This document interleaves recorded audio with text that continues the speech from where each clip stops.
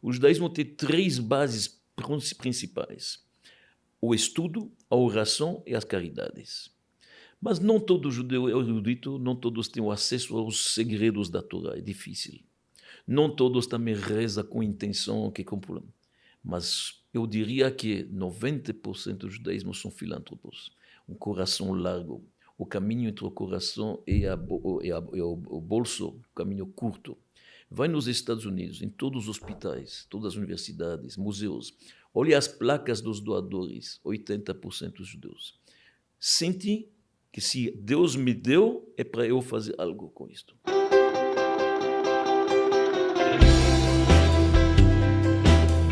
Ele é um erudito, um poço de cultura, acho que é a pessoa mais culta que eu conheço, e sobre todos os assuntos. É um privilégio conviver com ele, porque ele é o líder da congregação que eu faço parte. Fundou o TNA em 1992. Rabino Davi Weitman, muito obrigada por estar aqui na minha casa. Muito obrigado pelo convite. Vai ser uma conversa muito boa, porque a gente vai falar sobre assuntos importantes e sobre, principalmente, judaísmo. Sabe, Rabino, eu tenho muitos seguidores não judeus. Uma grande maior parte dos meus seguidores, das pessoas que assistem esse podcast, não são judias. E elas têm muita curiosidade de saber o que é um judeu. Estamos aqui, esperamos que podemos responder às suas perguntas. As pessoas querem muito saber o que é um judeu, os nossos costumes, as nossas tradições, mas são anos de estudo, né? É difícil resumir numa conversa de uma hora e pouco.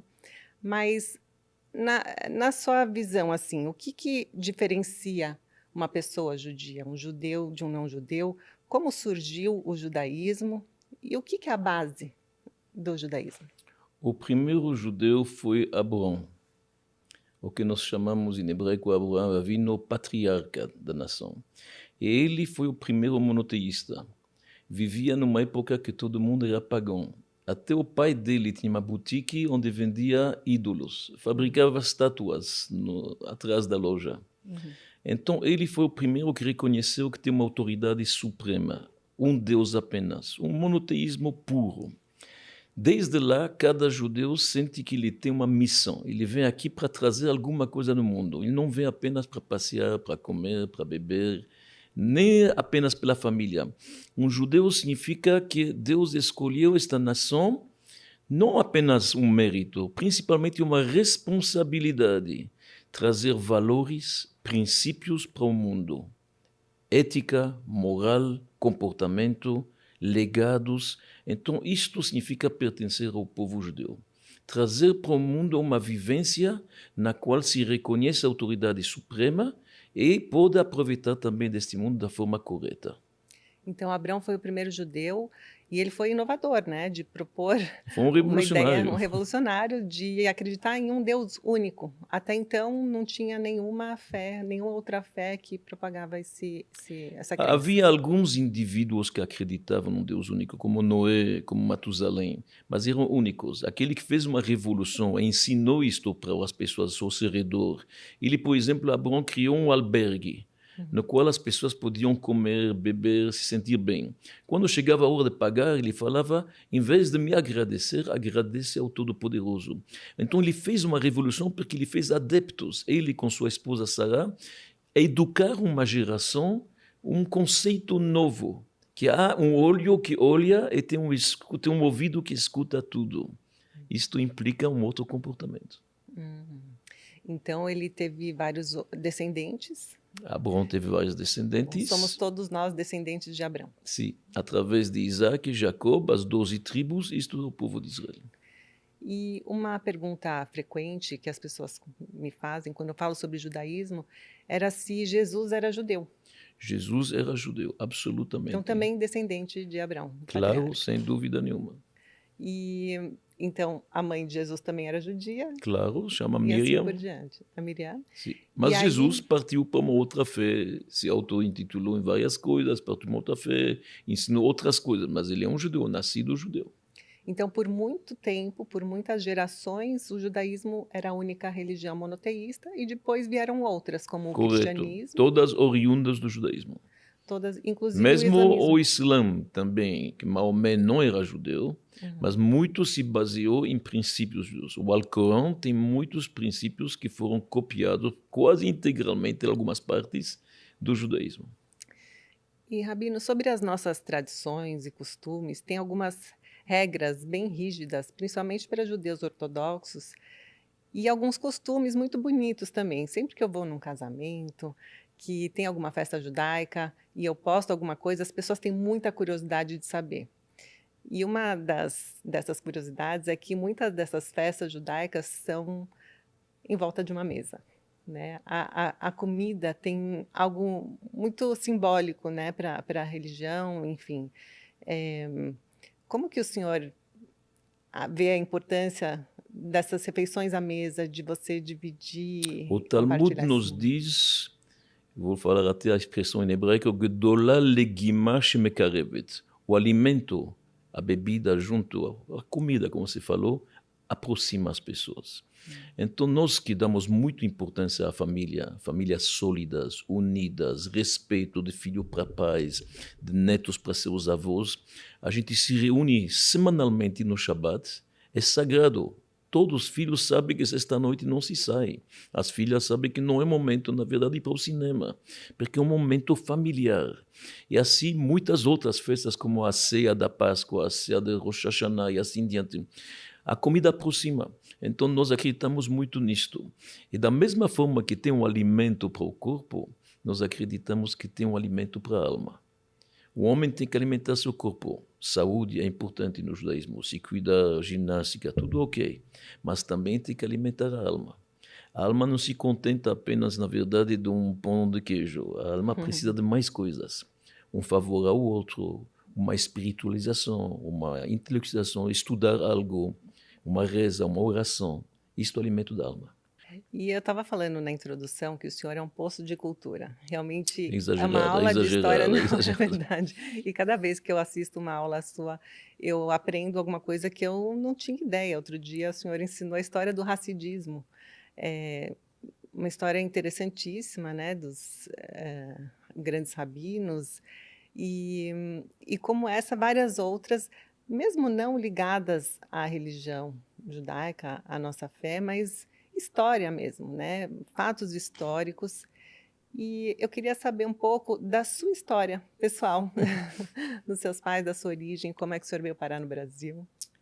A minha história em breve, sou nascido na Europa, cresci todos os anos na Bélgica, sou de uma família que tanto de pai e mãe passaram o Holocausto, alguns em campos de concentração, outros fugindo do Holocausto, sobreviventes, perdi meus avós. Só para dar um exemplo, meu avô materno, cujo nome eu carrego, ele nasceu em Auschwitz, que nós somos uma família Nossa. que vivia em Auschwitz, rabinos, talvez 10 séculos, e ele faleceu em Auschwitz no Holocausto. Então, nossa família passou o Holocausto, um trauma, todo o judaísmo europeu passou por isso. Fiz meus estudos em Israel e também nos Estados Unidos. E cheguei no Brasil porque amando do grão rabino Rebbe de Lubavitch, que você sabe que é um homem que espalha judaísmo e reativou várias congregações no mundo inteiro. Após o Holocausto, o judaísmo havia cinzas físicas e havia muitas comunidades que estavam erradicadas. E o Rebbe reconstruiu o judaísmo, mandando seus emissários no mundo inteiro, em todos os continentes. Então, quando terminou o rabinato, perguntei junto com minha esposa para o Rebbe onde ir. A gente tinha algumas opções na Europa e uma opção no Brasil. E o Rebbe nos indicou que seria melhor o Brasil. E assim que eu cheguei aqui, estou 45 anos aqui, num país acolhedor, um país onde, que, graças a Deus, podemos professar nossa fé, um país tolerante que realmente nos permite fazer isto. Isto é muito importante e que continua assim também. É verdade. Não, graças a Deus o senhor veio parar aqui. O senhor fala vários idiomas, inclusive, né? Quantos idiomas? Alguns. Não, vários e, assim, fluentemente. Francês, inglês, A português. Bélgica se encontra no centro da Europa, então já na Bélgica a língua original a língua oficial é o holandês, o flamengo e o francês. Nas escolas temos ainda o hebraico, tem o inglês como segunda língua. Então, por ser no centro da Europa, implica que realmente se fala mais línguas. O Rabino é muito humilde, ele não quer contar vantagem, mas ele fala muitas línguas e sabe muita história.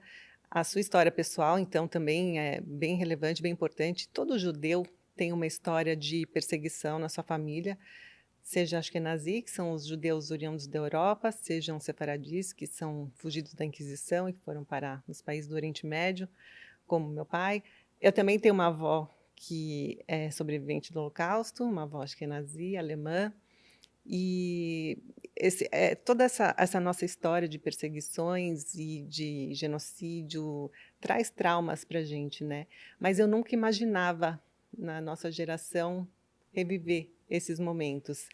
Só que, com a história recente, a gente viu que existe um ódio enraizado em algumas pessoas, em algumas culturas, e a gente trouxe isso à tona.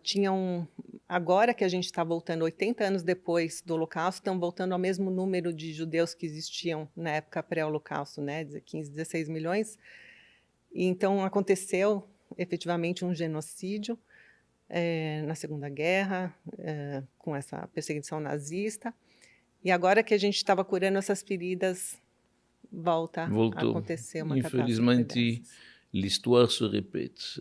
A história acontece de novo, o mundo não aprendeu. Estamos 80 anos, faz 2, 3 semanas atrás tivemos um pogrom em Amsterdã. Quem poderia pensar uma coisa desse?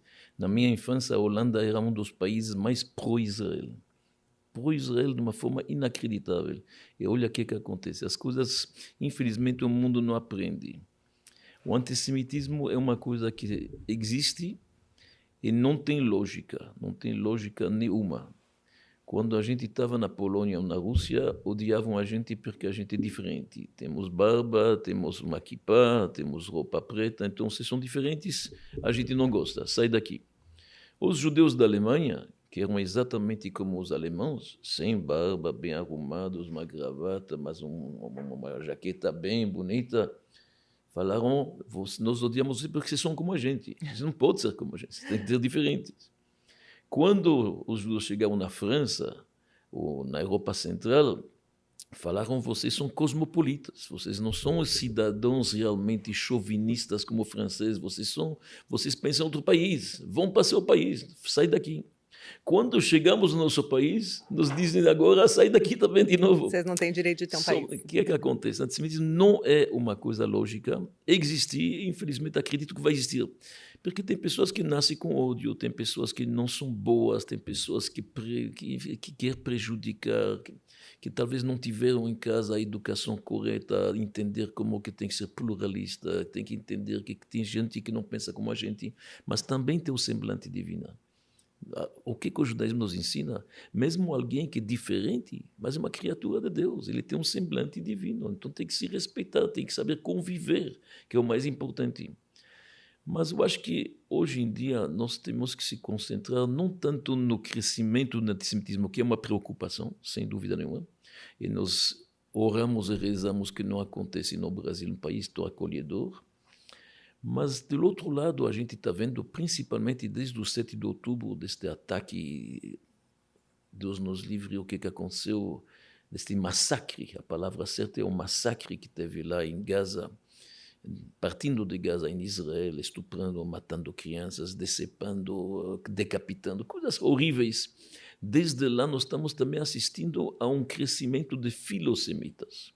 Muitas pessoas que não são judeus, mas que são pessoas do bem, que são pessoas corretas, que têm um discernimento, que sabem reconhecer e diferenciar entre quem é o agressor e quem é a vítima. Entenderam quem é o agressor, quem começou tudo isto? Muita gente está se alinhando com Israel, com o povo judeu, gostando da mensagem pluralista judaica. Então, estou recebendo muitas mensagens também no nosso site, que nós temos, onde a gente passa várias aulas para o site Legal Saber. Estamos sentindo que realmente está um crescimento muito grande de amigos de Israel, de amigos do povo judeu. O que nós chamamos de filossemitas. É verdade, eu recebo essas Você perguntas também deve também, ser exatamente e por isto, isso que eu fiz isto esse que é bom, convite. isto que é bonito Sim, também de ver. é muito bonito. As pessoas querem entender o porquê, porque falam: "Ah, é o povo escolhido", mas é o povo perseguido. Então, como é que é, né? Como é que é ser um judeu? O que que isso implica? E dentro do judaísmo tem muitas coisas muito bonitas, né? O senhor falou de missão de vida, todo mundo tem um propósito para estar aqui nesse mundo. Tem a questão da tzedakah. A gente tem aqui um programa que eu entrevisto muitos empreendedores. Eu falo muito sobre negócios, sobre gestão, sobre empreendedorismo, aquela inércia que move as pessoas de sair de um ponto para chegar num outro e assim trazer prosperidade para suas famílias, para sua comunidade, para as pessoas envolvidas nesse negócio. E o que que o judaísmo pensa então sobre prosperidade, sobre judaísmo? O judaísmo diz o seguinte: pode prosperar e a pessoa pode viver uma vida confortável. Nós não estamos no judaísmo ensinando o asceticismo, ou a pessoa viver em abstinência, viver como uma ermita nas montanhas. Não, o judaísmo ensina que tem que viver nas cidades, tem que casar, tem que ter filhos, e pode até viver uma vida confortável e ganhar dinheiro, desde o momento que você compartilha o que você tem. Deus te deu porque Ele confia que você vai repartir com outro. Dentro do judaísmo, a filosofia é o seguinte: o dinheiro dos pobres se encontra na mão dos ricos. O rico é, na verdade, um fiel depositário. Se ele vai repartir e dar para outros, Deus continua colocando na mão dele. Ele é um bom banco. Se ele não faz isto, Deus pode escolher um outro fiel depositário. E esse tipo de filosofia ele tem duas vantagens. Primeiro, o pobre não sente vergonha de pedir, porque ele sabe que é dele, está recebendo o que é dele, na verdade. E o rico não se sente, na verdade, orgulhoso e vaidoso demais, porque é Deus que colocou na mão dele. Então é muito bonito. A filantropia no judaísmo é um dos tripés do judaísmo. O judaísmo tem três bases principais: o estudo, a oração e as caridades. Mas não todo judeu é erudito, não todos têm o acesso aos segredos da Torá, é difícil. Não todos também rezam com intenção que cumpram. Mas eu diria que 90% dos judaísmos são filântropos. Um coração largo. O caminho entre o coração e o bolso, o caminho curto. Vai nos Estados Unidos, em todos os hospitais, todas as universidades, museus. Olha as placas dos doadores, 80% judeus. Sente que se Deus me deu, é para eu fazer algo com isto. Para compartilhar. É compartilhar. E não existem só judeus bem-sucedidos financeiramente, né? Existem judeus, Isso é um mito. tem esse mito, é que como tem muitos judeus, é que conforme a gente vai, Deus vai mandando e a gente vai compartilhando, vai dando.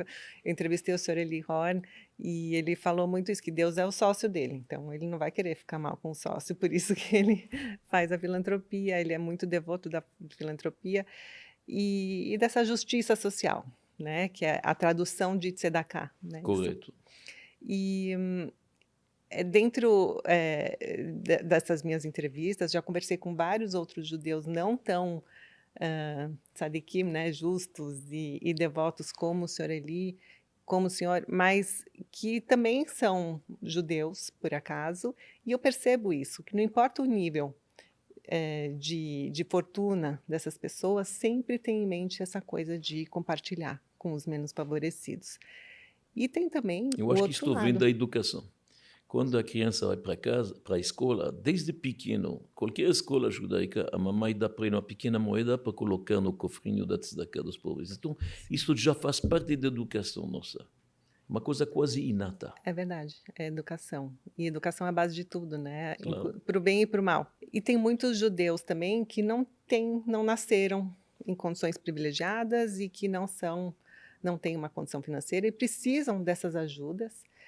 E o senhor fundou em 92 uma instituição que é o TENIAD, que alimenta pessoas que precisam dessa ajuda. E é um espaço incrível, hoje fantástico, tem até um andar lá com uma homenagem para o meu pai, mas é um trabalho muito bonito e que não alimenta só pessoas judias, tem um outro projeto que é o Bom Prato, que também alimenta a comunidade maior, mas eu queria saber, aqui nesse podcast chama Papo Íntimo, a gente quer descobrir o que motivou as pessoas lá no íntimo a investir nesse tipo de negócio, no caso, nesse tipo de instituição. Então, realmente, não é uma verdade que todo judeu é rico. Tem, em todas as comunidades judaicas do mundo, tem uma parcela da população que é pobre, e eu diria até uma parcela que é indigente, que realmente é muito necessitada. É interessante que Maimônides, que é um dos grandes filósofos nossos e legislador do século XII, escreve no seu códex, no seu código da lei judaica, que jamais encontramos uma comunidade judaica que não tinha um fundo de assistência social. E ele estava em comunicação com todas as comunidades judaicas, se era na Síria, no Egito, se na Europa, na África. Então ele escreve uma coisa interessante, e é verdade. Mesmo nos guetos de Varsóvia, abaixo dos nazistas, ou nos porões da Inquisição, judeus praticavam a bondade, o desprendimento, a tzedakah. O que me levou a fazer o TNA? A gente, em 92, após chegar aqui em 79, começamos a ver que realmente tem uma camada da população judaica que é bem, bem carente. E na Europa ainda as leis sociais são mais fortes. Nos Estados Unidos tem food coupons, e tem o employment, e tem muitas outras coisas que ajudam a pessoa. Aqui não estava tão desenvolvido agora, ainda. Então, realmente criamos este refeitório assistencial, este refeitório comunitário. Pode ser que também está um pouco na família. Eu tinha um bisavô na Polônia que ele, atrás da cama dele, tinha alguns planchões. E assim me contava minha avó. E cada sexta-feira ele colocava os planchões e pegava a carruagem dele, ele tinha a possibilidade, ia nos bairros pobres e levava todos os pobres para sua casa. E servia uma refeição copiosa, uma refeição extraordinária de Shabbat para todos, mas tinha uma regra, apesar que ele tinha pessoas que ajudavam em casa, ajudantes e empregados, mas só ele com 5 filhos podiam servir os carentes. Esta era uma regra. Só ele, uma mitzvah tão importante, ele achava que não pode ser feita com outras pessoas. Estou me emocionando um pouco. Então, ele mesmo fazia isso. E quando ele faleceu, ele deixou um testamento que destes planchões faziam o caixão dele. Ele falou, esse vai ser o melhor testemunho. Então, um pouco na família, um pouco bonita, pela Rabino. necessidade, um pouco pelo que aprendemos com o nosso mestre, o Rebbe de Lubavitch, sempre falou muito quanto que é importante se preocupar com os irmãos antes das festas, antes de Pesach, antes de Rosh Hashanah, que as despesas são grandes. Tentamos aplicar isto na prática e espero que estamos sucedidos. Não, história linda, não sabia. Acho que muita gente não sabia também, pessoas que contribuem com o TNA, que são voluntárias, que são muitas, graças a Deus, mas, nossa, não tinha ideia dessa história tão bonita. E a alimentação é uma necessidade básica, né? É muito mais do que só... Não é um luxo. A pessoa que não está alimentada, ela não consegue raciocinar, não consegue se desenvolver, não consegue cumprir o propósito de vida, né? A missão dela aqui na Terra. Então, é um trabalho assim, não tem trabalho mais bonito, mais importante, mas dentro de todas as áreas, né, de filantropia que existem, a gente tem instituições filantrópicas na nossa comunidade, em várias áreas diferentes, né? Mas a alimentação, eu acho que é das mais bonitas. E agora, entendendo a história, né, a história pessoal, familiar, A alimentação faz todo é sentido. o direito básico de cada cidadão. E não dá para falar com alguém do judaísmo se o estômago está gritando fome. Não posso nem falar com ele nem de tefilim, nem de estudar Torá, nem de uma aula, nada. Então, nós começamos primeiro a dar comida. Hoje no TNA também, depois que a pessoa está bem alimentada, se ele quer colocar tefilim, participar de uma aula, ou um filme, qualquer coisa cultural, dá, mas primeiro a comida. O primeiro Rebbe de Lubavitch, O bisavô do nosso líder diz o seguinte: a materialidade do outro é nossa espiritualidade. Eu acho que isso é um lema importante. Bonito. Bonito. E qual que é o impacto do Teniado hoje? São quantas refeições Olha, nós estamos distribuídas? falando quase 3.000 pessoas são atingidas pelo Teniado, eu diria. São 850 famílias, mais ou menos. São diversos programas, nós temos comida que a gente entrega em casa também, que chama Meals on Wheels, que significa refeição sobre rodas, um projeto que foi realmente pioneiro em São Paulo, no Brasil. E a Prefeitura de São Paulo gostou tanto que adotou conosco, nós temos um destes também em conjunto, em parceria com a Prefeitura. Se chama Refeição sobre Rodas, que a gente leva para pessoas extremamente carentes, não judeus, que moram em condições difíceis, realmente difíceis, tipo latrina em casa, para você entender, e todo dia recebe uma refeição quente e balanceada, three-course meal, como se deve em casa. Então, tem vários outros programas que a gente tem. Nós temos um sopão perto da Cracolândia, onde que as pessoas vêm às 5 horas da tarde e podem levar uma mãe para seus filhos, sopa quente, bem, uma canja como se deve, e pode levar quanto precisa. E outros programas que a gente tenta fazer que são importantes. A alimentação é a base de tudo. E essas pessoas desse Meals on Wheels, elas não têm dificuldade até de se locomover Claro, para é conseguir somente essas para refeições. pessoas que estão ou acamados, ou paralíticos, ou em cadeiras de roda, com dificuldade de se locomover. Na pandemia isso foi bem importante também, Na né? pandemia triplicou. E o que nós vimos na pandemia? Pessoas que não saíam de casa, que vinham se voluntariar com 2 máscaras para entregar a comida.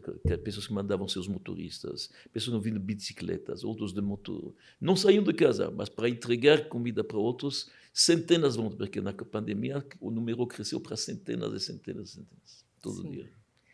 Rabino, o senhor falou sobre o Shabat, falou sobre Tefilim, e como a gente precisa explicar um pouco para as pessoas que não são judias, não conhecem os termos, queria que você começasse explicando o que é o Shabat e depois o que é o Tefilim.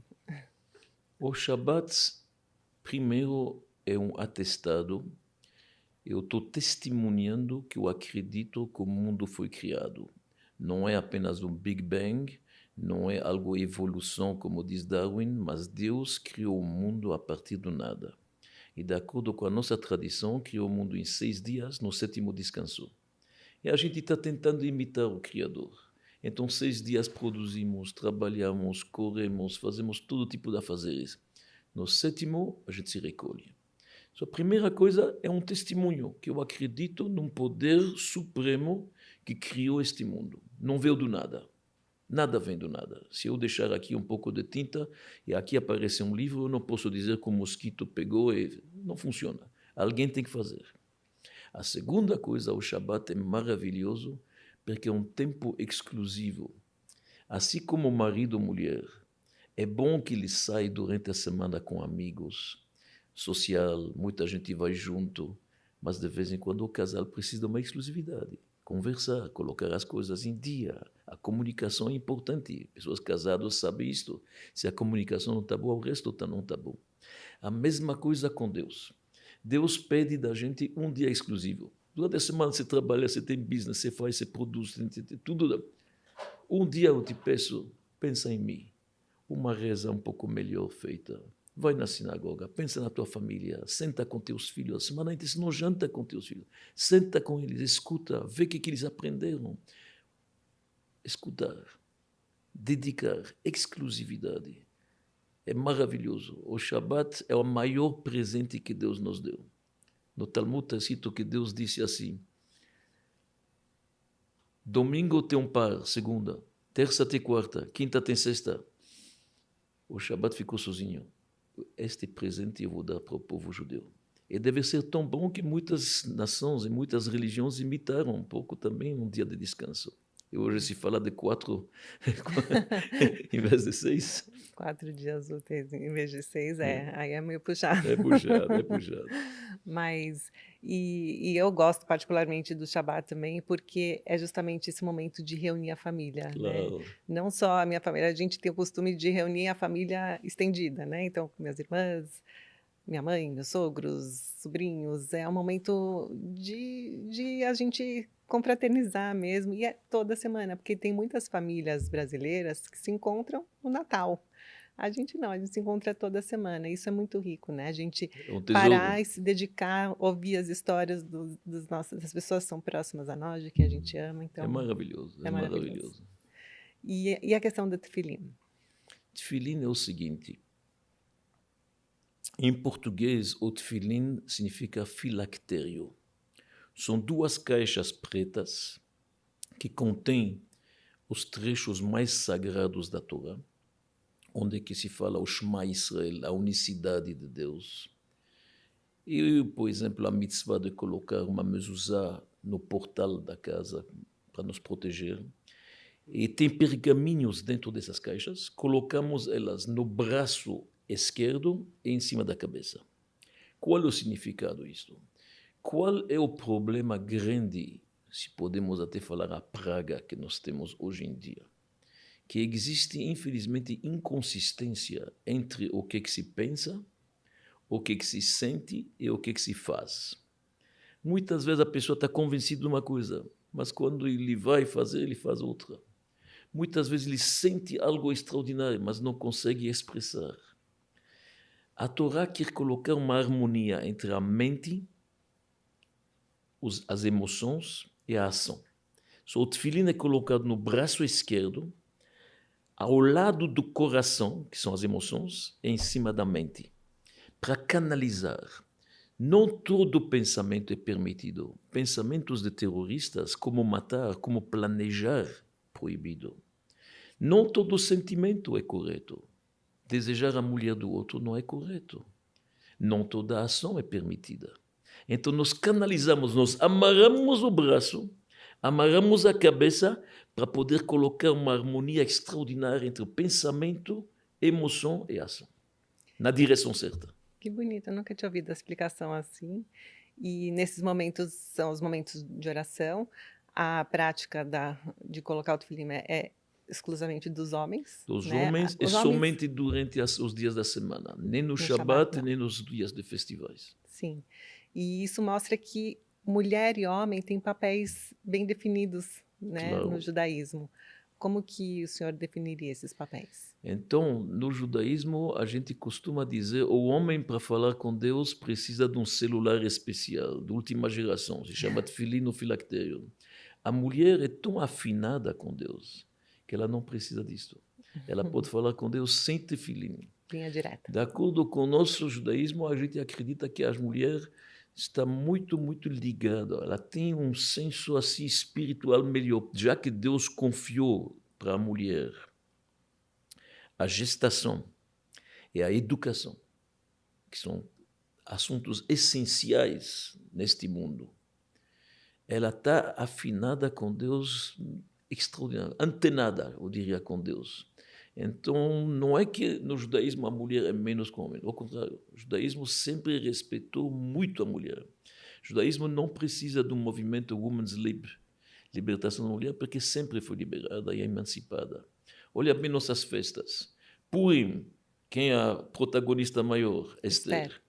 Hanukkah, nós temos uma mulher chamada Yehudit, a irmã de Yuda Macabeu. Pesach, Miriam e Yocheved, que salvaram as crianças, que eram as parteiras. E todo momento, no judaísmo, a mulher tem uma importância enorme. Tem alguns que vão e dizem, bom, os homens colocam talit, então a mulher vai colocar talit rosa. E tem alguns movimentos um pouco liberais que fazem isto. Ou a mulher vai colocar, na verdade, um tefilim cor azul do céu. Absurdo, porque você está rebaixando a mulher. Está dizendo que ela tem que fazer igual ao homem. E não é verdade. Entendeu? Quando você fala a mulher, o homem coloca talit branco e azul. A mulher coloca talit branco e rosa. O que você está dizendo? Você está dizendo que a mulher, para chegar a Deus, tem que imitar o homem. Você está baixando ela. Ela tem seu canal próprio. Ela tem sua escada própria como chegar ao Criador. O homem coloca tefilim, a mulher acende as velas de Shabbat. Deus tem sua forma. E tem que ser respeitado. É verdade. E quais são essas mitzvot? O que é uma mitzvah e quais são as mitzvot das mulheres? Uma mitzvah é um mandamento divino, uma boa ação que nós fazemos. Pode ser vertical ou horizontal. Vertical, por exemplo, eu como a matzá, o pão ázimo em Pesach. Ou jejuo no dia de Yom Kippur. Horizontal, faço um favor para alguém. Vou visitar um doente, amparo uma viúva. Isto é horizontal ou vertical? Isso é uma mitzvah. A mulher tem suas mitzvot, o homem tem suas mitzvot. Por exemplo, a mitzvah de fazer o mikve, na verdade, mensalmente, uma mulher que está no período fértil. Uma mitzvah só da mulher. Normalmente a educação judaica também, quem vai levar na escola e ficar os primeiros dias até lá, normalmente é a mulher que faz, muito mais que o homem. Então a mulher tem muitas, toda a cachorro, toda a base da alimentação judaica, que está na cozinha. Quem está na mão de quem? Da mulher. E é tão importante. Uhum. E são quantas? 613 mitzvot, é Na isso? Torá tem 613 mitzvot, mas hoje, atualmente, devido a que nós não temos nem o templo, nem um sacerdote supremo, nem o rei, são 200 e pouco. Tzedakah é uma delas. Tzedakah é uma delas, uma muito importante. E o senhor falou de algumas festas judaicas e o senhor falou de Yom Kippur, que a gente fala que é o dia do perdão. Correto. Como que funciona? Porque a gente convive com várias pessoas na nossa comunidade com níveis diferentes de prática do judaísmo. Tem pessoas que fazem o Shabat todas as semanas, tem pessoas que são mais ortodoxas, como o senhor Eli, que a gente falou antes, e tem outras pessoas que não, mas que, pelo menos o dia do Yom Kippur, que é um dia muito sagrado, elas jejuam no Yom Kippur. Qual que é a importância verdadeira do Yom Kippur versus as outras festas judaicas, as outras celebrações? E é realmente mais importante? Yom Kippur é o dia do perdão. E cada ser humano, inclusive os judeus, sabem que a gente está mais devendo que temos no débito, não no crédito. Quem de nós não faz erro? Quem de nós não tropeçou um dia? Quem de nós não tem uma mácula? Então, quando chega um dia como esse, que Deus está mais próximo, a gente costuma usar a palavra o rei está no campo.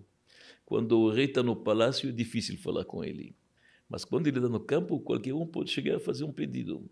Então, mesmo o judeu mais afastado, menos ortodoxo, como se fala, eu não gosto muito de categorizar o judaísmo ortodoxos, liberais. Todos os judeus são judeus. Um faz um pouco mais, um faz um pouco menos. Um coloca tefilin no braço, outro coloca na gaveta, mas todos têm.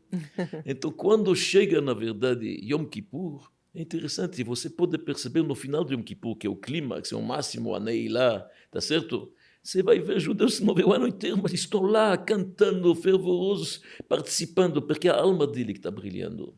Neste dia, eu diria que a alma se expressa mais que o corpo.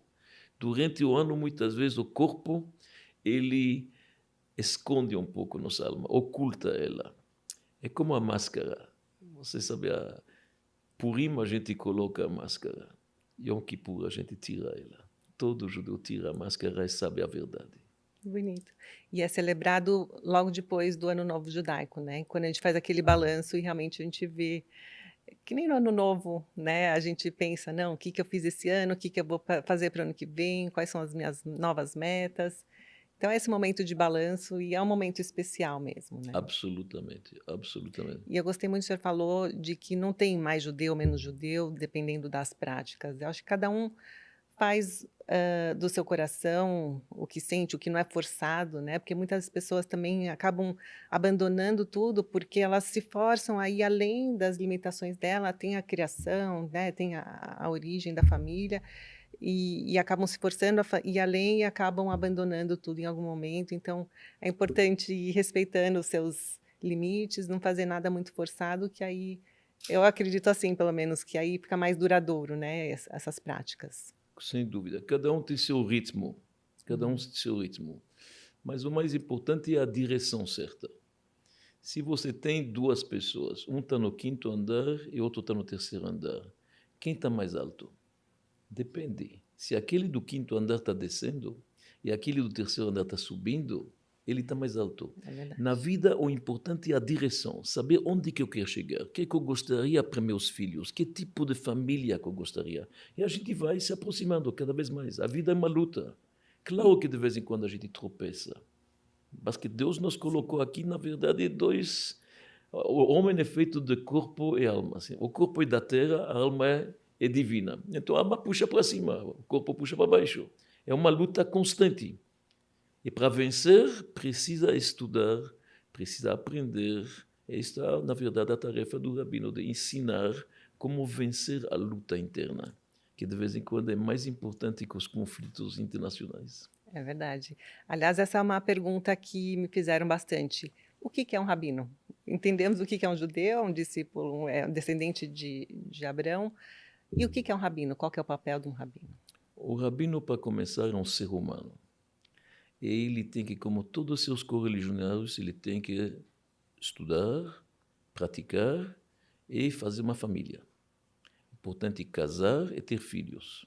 Porque para entender os problemas familiares que hoje ocorrem no mundo nosso que é tão complexo, ele precisa entender o que é filhos, o que é, na verdade, os conflitos que pode haver e tudo isso. O rabino, por definição, tem que estudar, conhecer a lei, porque se ele quer ensiná-la, ele tem que conhecer. E ele tem que fazer isto com muito amor aos seus correligionários. Ele tem que, na verdade, gostar de ensinar. Não pode ser algo forçado, tem que ser uma coisa que eu chamaria uma vocação. Então, tem que ter o conhecimento, tem que ter a ética correta, ele tem que ser muito cuidadoso de ser justo, não favorecer ninguém, sempre ser justo, e ele tem que, na verdade, fazer a coisa por amor e dar um bom exemplo. Isso acho que são. É verdade. E quando o senhor fala estudar, estudar só a Torá, ou o senhor tem outros tipos de estudo? O principal é conhecer a lei judaica. A Torá normalmente inclui as outras ciências. De acordo com os ensinamentos cabalísticos e místicos, a Torá é a planta baixa deste mundo. Deus olhou na Torá e criou o mundo.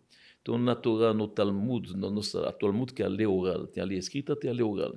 Você vai encontrar arquitetura, você vai encontrar, na verdade, engenharia, você vai encontrar matemática, geometria, medicina, muitas outras coisas. Mas se ele quer fazer outros estudos após que ele completou os estudos judaicos, também pode, para se reciclar, para conhecer melhor, não é excluído. Mas ele tem que conhecer a matéria dele para poder ensinar. A base, É base. óbvio. Agora, porque eu pergunto porque o senhor é muito sábio em todos os aspectos e eu mesma já recorri ao senhor para dúvidas pessoais, às vezes de trabalho, às vezes de relacionamento. O senhor é um pouco psicólogo, um pouco aconselhador de negócios, entende um pouco de todos os assuntos. E acho que isso é importante também, né? Não posso concordar com seus exageros, Não, mas eu diria o modesta. seguinte, que nós temos, graças a Deus, o grande mestre, o Rebbe de Lubavitch, que deixou mais de 30 obras, cartas pessoais dele para pessoas com vários problemas. E lá tem problemas de educação, problemas conjugais, problemas com sócios, business, tudo isso. Então, quando você lê estas cartas, te dá uma experiência. Então, o homem sábio deve aprender da experiência do Experiência outro. dos outros, sim. Exato. Eu gosto de ler muitas biografias de negócios para aprender com para a gente não ter que passar pelas experiências Claro, ruins, claro. né? Muito bom Queimar isso. aprendizado, né? Claro, Como se claro, fala. claro. O homem aprende a vida inteira. É um aprendizado. A vida é um aprendizado. Sim, a gente aprende todos os dias e evolui assim, né? E falando em aprendizado e em aconselhamentos, o senhor celebrou o meu casamento há 29 anos. Me lembro bem, me lembro. Acho que foi um dos primeiros. Foi um dos primeiros nessa sinagoga nessa nova. sinagoga aqui, eu me lembro Sim, bem. que não é mais nova, né? Mas as perguntas que me fizeram são muito relacionadas ao casamento judaico, tanto ao ritual do casamento, os nossos costumes, a tradição, quebrar o copo, não tem madrinha, padrinho, tem algumas diferenças, né, do casamento não judaico, quanto de relacionamento pós, né? Como é que o senhor vê essa questão do ritual do casamento e o depois? Os rituais do nosso casamento judaico são muito antigos. Nós acreditamos, olhando o mundo do ponto de vista um pouco mais místico,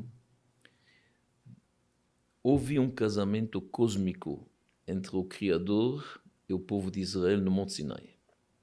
Deus nos deu a lei no Monte Sinai, os 10 mandamentos, e nós chamamos este momento casamos. E desde lá, todo casamento individual, a gente usa muitos costumes que datam de lá do Monte Sinai, que são 3.300 anos atrás. Eu vou lhe dar um exemplo.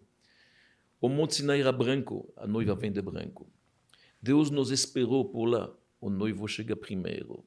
Deus nos deu a Torá, o noivo dá uma ketubá, um contrato de casamento para a mulher. E assim vai. Havia em cima do Monte Sinai havia uma nuvem constantemente. É o palio, a roupa que a gente usa. Muitos costumes no ritual do casamento judaico datam daquela época. Olha. Interessante. Agora, obviamente, como você falou hoje, o desafio não é casar, é ficar casado. Este é o grande desafio. E a gente sabe que para isso precisa se preparar bem. E é um aprendizado constante. O que acontece hoje em dia? Muita gente está vendo o casamento como algo descartável. Como muitas coisas na vida. Não deu certo aqui, não deu certo aqui, podemos, tentando, fechamos, pagamos outra. Quando você olha isto como um compromisso, eu costumo muitas vezes falar para os noivos que o casamento é um compromisso triangular. Noivo, noiva e Deus. Aquela nuvem lá, aquele palio em cima, aquele pano, representa a presença divina. Se você acha que é sagrado, é um compromisso, nós vamos lutar para isto. Vamos fazer de tudo. Pode haver incompreensões, pode haver, na verdade, de vez em quando, um momento que a gente se desentende. Tudo pode acontecer, mas vamos consertar, vamos aconselhar. Se você acha que isto é um compromisso divino, sagrado, para criar uma família, você vai lutar até o fim. O divórcio não é proibido no judaísmo. Os cristãos não divorciam. Nós temos o divórcio no judaísmo, porque o judaísmo é uma religião muito prática, mas não é aconselhável quando pode remediar. Porque é um compromisso, como você falou. Claro. Tem um contrato, inclusive, quando a gente faz um negócio, a gente faz um contrato, é porque a gente fez uma escolha, a gente avaliou todos os riscos, a gente Exatamente. avaliou todas as possibilidades e decidiu fazer esse contrato, assinar esse contrato. Então, a gente tem que fazer todos os dias valer esse contrato. Exatamente. E não desistir diante dos desafios que vão aparecer. Não existe Em tudo tem achar desafios. que não vão Também acontecer nos os negócios tem desafios. desafios. Claro. Também, né? Claro. E eu falo sempre também que é uma escolha diária a gente fazer dar certo. Porque a gente pode desistir, mas não, a gente tem que escolher ficar, escolher lutar, escolher compartilhar, ouvir, né? Porque é muito importante a gente...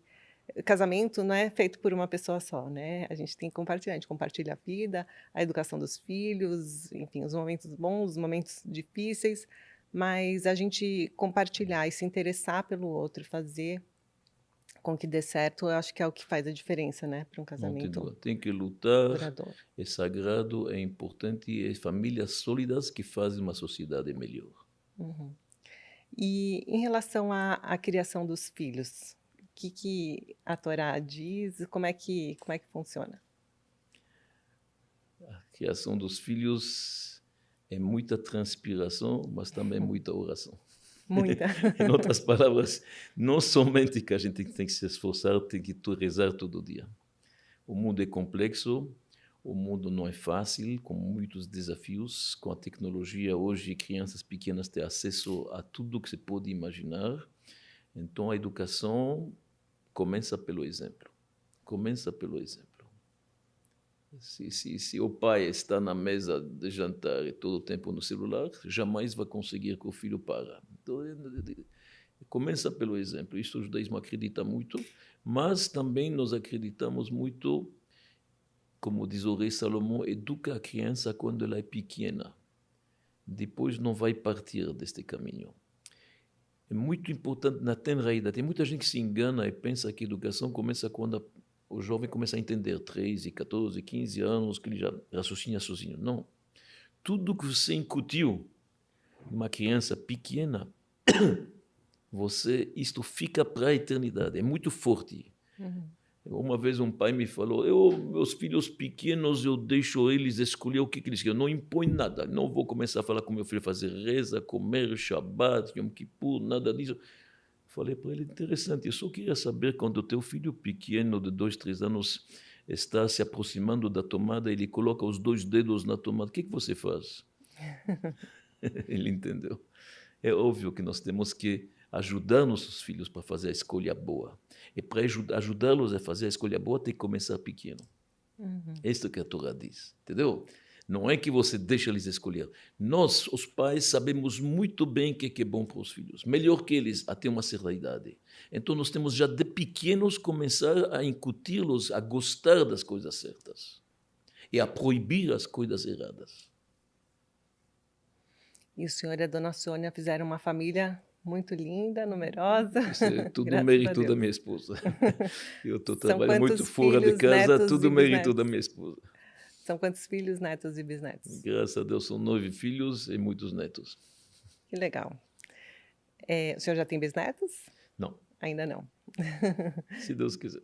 Em breve, se Deus quiser. E, Rabino, o senhor falou, quando a gente estava falando de filho, o senhor falou do poder da oração, que eu acredito muito, eu sou uma pessoa muito espiritualizada, e mesmo quem não é da religião judaica, que exerce a nossa fé, tem algum ritual de oração, manifestação, hoje tem vários nomes, né? Meditação, mas essa intencionalidade de você reconhecer uma força superior, uma energia superior e manifestar os seus pedidos, seus motivos de gratidão, enfim, qual que é o poder da oração no judaísmo? O poder da oração é inacreditável. Pode mover montanhas, literalmente. Pode mudar coisas, já vimos isto. Deus não precisa das nossas orações. Deus não precisa dos louvores que Ele é grande, exaltado, omnipotente, omnisciente, omnipresente. Não precisa disto. Quem precisa da oração somos nós. Quando eu rezo para Deus, eu agradeço pelo fato que eu acordei de manhã. Quando eu agradeço porque eu tive sucesso com A, com B, com C, que eu tenho saúde, que eu tenho família, neste momento eu me torno uma pessoa mais humilde. Eu reconheço que não sou eu. Muitas pessoas o sucesso pode subir na cabeça. Tem fábrica, tem sucesso, tem viagem. Então, depois, sou eu fiz. Nada a você, Deus que te deu. Deus que te deu. Outros têm exatamente as mesmas capacidades que você e não têm. Isso é um presente de Deus. Só o fato de rezar, a primeira coisa, torna a pessoa mais humilde, mais pequeno, e reconhece que tudo vem de Deus. Extraordinário. E quando tem humildade, tem bênção. A humildade é a chave, é o receptáculo para a bênção divina. É verdade, e nesses momentos de oração é quando a gente está mais vulnerável, mais humilde mesmo. E a oração é para todos os povos da terra. Na sua língua, Deus entende todas as línguas. Importante apelar para Ele, obviamente não imediatamente pedir, primeiro agradecer já o que temos, louvar o Todo-Poderoso e pedir, sim, podemos pedir a Deus, porque Ele é a fonte de tudo. E isso pode ser feito na qualquer língua, desde que se dirige ao Deus único. E, Rabino, me perguntaram o que é a Cabala, porque foi muito difundida por alguns artistas, as celebridades, e eu queria ver a sua visão sobre a Cabala. A Cabala é a parte mística da Torá. O que significa? Quando você olha o texto bíblico, primeiro você tem a narração bíblica, que é a história. Teve Adão, Noé, Abrão e assim diante. Depois tem as mitzvot, são os mandamentos bíblicos, como nós falamos. Depois tem a explicação talmúdica. E existe uma explicação esotérica. O que significa? Cada palavra são nomes de Deus que dão poder, nomes de anjos, combinações de letras. A Cabala é a parte esotérica e mística da Torá. Existe a Cabala prática, quando os grandes cabalistas usavam nomes de Deus ou nomes de anjos até para criar ou para poder parar ou para poder fazer certas coisas sobrenaturais. Existe a Cabala teórica que pode se estudar, mas para isso precisa muita pureza e muito preparo. Não é a Cabala dos artistas. Não é dos artistas, tem que ser uma pessoa muito estudiosa, muito sábia para se aprofundar. Poucos têm acesso à Cabala. Sim. A Cabala é real, original, como ela é. Da mesma forma que ninguém pode se aventurar em matemática, no cálculo diferencial e integral, sem ter aprendido aritmética, geometria simples, a mesma coisa, você não pode entrar nos estudos esotéricos da Kabbalah se não aprendeu primeiro o Talmud, que é a lei oral. A base, de novo, né? Mais uma evolução. Claro. Né? E, Rabino, muitas perguntas de pessoas que são apaixonadas pela cultura judaica e que querem saber como podem se converter, se o judaísmo aceita a conversão e como funciona. O judaísmo é uma religião aberta, tem convertidos na nossa religião, mas nós temos uma exigência que é muito difícil. Tem que ser sincero e devoto. Não pode se converter porque tem um sócio judeu no Bom Retiro, ou porque gostou de uma moça que é judia, ou o que seja. Não pode ser por interesse, tem que ser por convicção.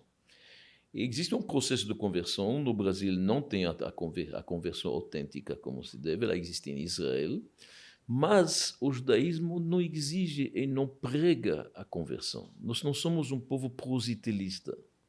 Não tem proselitismo no judaísmo. O que significa isto? O catolicismo, quando houve, na verdade, a conquista da África, fizeram o catecismo, o batismo, batizaram. Existem os missionários. Mesma coisa também do Islã. A gente não faz questão. Por quê? Porque, de acordo com o judaísmo, se uma pessoa é uma boa pessoa, não judeu, e observa as 7 leis universais, ele tem parte no mundo vindouro. Não precisa virar judeu para isso. Isso que é importante. Entendeu? Nossa religião não diz que quem não é judeu está perdido. Não. Se você observa as 7 leis universais como são mandadas na Torá, você é uma excelente pessoa e terá parte do mundo vindouro como todos. Por isso que a gente não faz proselitismo. Agora, se alguém realmente quer se converter com todas as condições que nós falamos, existe, mas é um processo longo, tem que viajar e assim diante. Sim, e as outras religiões que querem impor a sua fé para as outras pessoas, né? Como a gente teve na Inquisição, os cristãos novos, tem muitos aqui no Brasil, inclusive, foi porque foram obrigados a se converter. O contrário, né? Pessoas judias que foram obrigadas a se converter, no caso o cristianismo, mas o Islã também prega muito isso, eles querem converter primeiro todo o Oriente Médio e a gente sabe que depois o mundo, isso está no estatuto desses grupos terroristas que fazem essas atrocidades, como a gente falou, do 7 de outubro. E o judaísmo não, a gente busca essa coexistência, essa convivência, até porque somos muito poucos, né? A gente é 15 milhões no mundo de 8 bilhões de pessoas, se a gente quisesse converter todo mundo seria muito pretensioso e não seria de coração, então não Claro. ia ter valor. Não dá para Né? impor uma religião, impor uma fé, não funciona. Não. Não funciona. Quando a Inquisição foi abolida, os próprios papas escrevem nos seus escritos que percebemos que não dá para impor. Mesmo os judeus que se batizavam e iam na missa domingo, nos porões colocavam tefilim e guardavam o Shabat. Então, não funciona, não dá para impor algo tão espiritual. Rabino, tem uma pergunta que eu faço para todos os meus convidados aqui, porque o podcast chama Papo Íntimo, e eu queria saber alguma intimidade do senhor. Isso está me pegando surpresa. Quem é o Rabino na intimidade, na sua casa, com a sua família? O que o senhor gosta de fazer? Eu gosto de me reunir com a família, gosto muito também de estudar. Quando eu tenho um tempo livre, eu gosto de me aprofundar em livros, sim. E gosto de desafios também. Esses desafios, não sei o que. E no seu dia a dia o senhor vai para o TNA todos os dias? Não. Hoje quem dirige as instituições são meus filhos, Rabino Perel Weitman, que dirige, na verdade, o TNA, o meu filho Rabino Toiv dirige o Memorial do Holocausto, o Rabino Levi, a Mayanot, as publicações, cada um. De vez em quando eu visito eles, mas eles já são grandes para poder dirigir, na verdade, suas instituições. E são fantásticos. Cada um deles faz um excelente trabalho nessas instituições. O senhor deixou um lindo legado e ainda vai fazer muito mais. Se Deus quiser, com saúde. Um privilégio. Sim, amém. E foi um privilégio enorme receber o senhor aqui na minha casa. Um papo muito legal, assim, um papo gostoso que mostrou esse lado bonito do judaísmo, da nossa fé. E eu espero que quem esteja assistindo a gente, independente de ser judeu ou não, tenha se inspirado e aproveite alguma palavra do Rabino, que transforme algo na sua trajetória. E é isso que eu desejo. Obrigado, muito obrigado, Sandra. Quero lhe parabenizar pelo teu podcast. Realmente você está divulgando a sabedoria milenar judaica, os nossos princípios, os nossos valores. Você defende nossos interesses, defende nosso povo, nossa terra. Que Deus te dê muita saúde e sucesso com sua família em tudo que você empreende, materialmente e espiritualmente. Amém. Amém. Muito obrigada, Rabino. O Um Rabino tem prazer. um canal no Instagram, que é o Legal Saber, que ele dá aulas, No aulas YouTube muito também. interessantes, é muito legal mesmo, é legal saber e é legal as aulas dele, realmente muita sabedoria, muito conhecimento, e você também pode se aproveitar disso. Se você gostou desse episódio, não deixe de compartilhar com quem você gosta, porque o universo devolve. Muito obrigada e até o próximo Papo Íntimo.